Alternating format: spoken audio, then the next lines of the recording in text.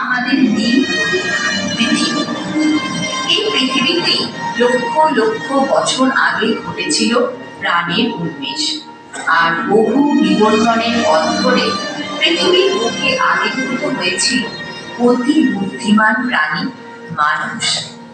সে তার জ্ঞান, বুদ্ধি ও অনুভূতির আলোয় ধীরে ধীরে অনুধাবন করতে থাকে বিস্ময়কর বিশ্ব ব্রহ্মাণ্ডকে।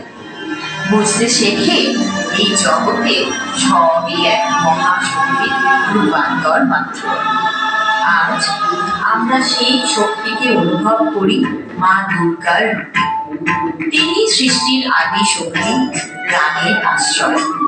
সেই চেতনার আলোকে আলোকিত হয়ে আজ দর্শন করতে এসেছি মহাশক্তির প্রতীক মা দুর্গা।